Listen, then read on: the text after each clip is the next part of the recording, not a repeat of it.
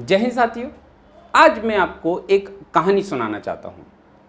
ये कहानी आपको अंत में एक सीख अवश्य देगी, तो वीडियो को एंड तक जरूर देखना है। चलिए शुरू करते हैं। दोस्तों, एक राजा होता है। राजा अपने एक हाथी से बहुत प्यार करता है।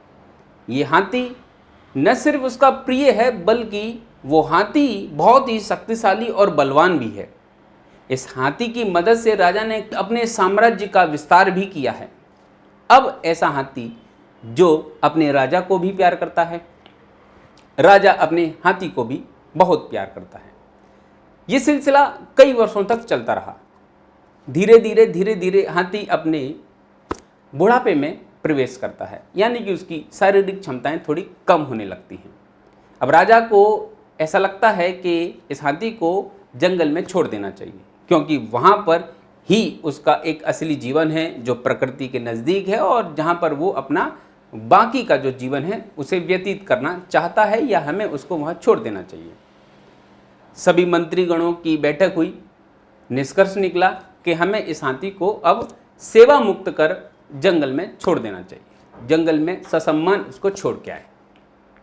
राजा का दिल थोड़ा पसीज रहा था कि मैं मेरे हाथी के बिना कैसे रहूंगा, बट हाथी के लिए यही उचित था, तो राजा ने उसको छोड़ दिया।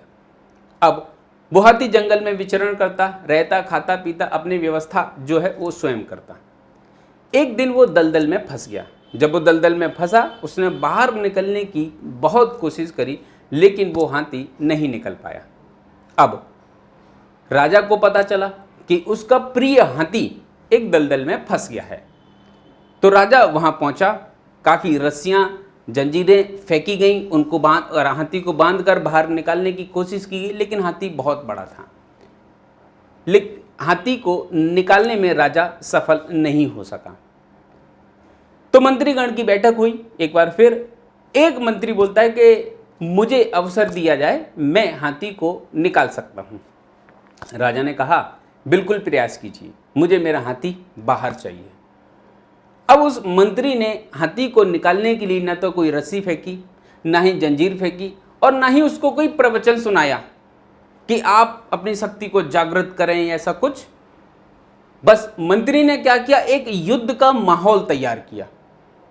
युद्ध का माहौल तैयार हुआ, नगाड़े बजाए गए, पूरी तरीके से युद्ध प्रारंभ होने की स्थिति जो है वो निर्मित की गई, आडंबरपूर्ण। लेकिन हाथी को लगा कि अब युद्ध होने ही वाला है, और मंत्री ने अपनी तलवार निकाली और राजा के गर्दन पर रख दी। ये हाथी देख रहा था। हाथी को देखकर अंदर से बहुत बुरा लगा, और उसको लगा कि अब मेरे राजा की जो जान है, जो प्राण है, वो खतरे में है। हाथी ने पूरा जोर लगाया और वो बाहर निकला, और निकलने में वो इस बार सफल रहा। और इस सब दृश्य को वहां मौजूद हर एक व्यक्ति देख रहा था। अब यहां पर हमें एक चीज सीखने को मिलती है। यही हाथी जो दलदल में जब फंसा था, वो खुद भी निकलने का प्रयास करता रहा, लेकिन नहीं निकल पाए। क्यों? क्योंकि वो अपनी हिम्मत हार चुका था। फिर राजा ने भी उसको निकालने का प्रयास किया, फिर भी वो नहीं निकला, क्योंकि वो हिम्मत हार कर बैठ चुका था। अब जब मंत्री ने युद्ध का माहौल तैयार किया और सारी स्थिति ऐसी बनाई जैसी स्थिति में वो कभी हमेशा महारत हासिल करता था, और उसी चीज को वो अंदर से महसूस किया, और उसके बाद वो बाहर निकला। तो इस कहानी से हमें क्या शिक्षा मिलती है? जैसे मैंने कहा, वीडियो को अंत तक देखेंगे तो एक सीख आपको अवश्य मिलेगी, और वो ये है कि आप अपने ऊपर भरोसा कीजिए।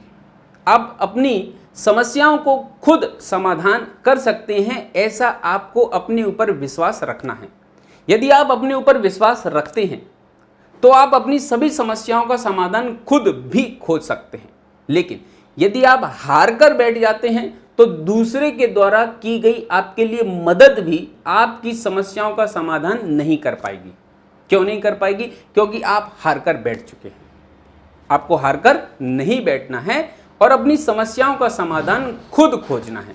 और यकीनन आप यदि अपने आत्मबल पर भरोसा रखेंगे, अपने आप पर भरोसा रखेंगे, तो यकीनन आप अपनी समस्या का समाधान स्वयं खोजने में भी सक्षम हैं और उस समस्या के समाधान में भी सक्षम हैं। इसी प्रकार के वीडियोस के लिए आप हमें लाइक शेयर सब्सक्राइब जरूर कीजिए। मुलाकात एक दूसरी कहानी के साथ एक बार फिर होगी। तब तक के लिए नमस्कार, जय हिंद।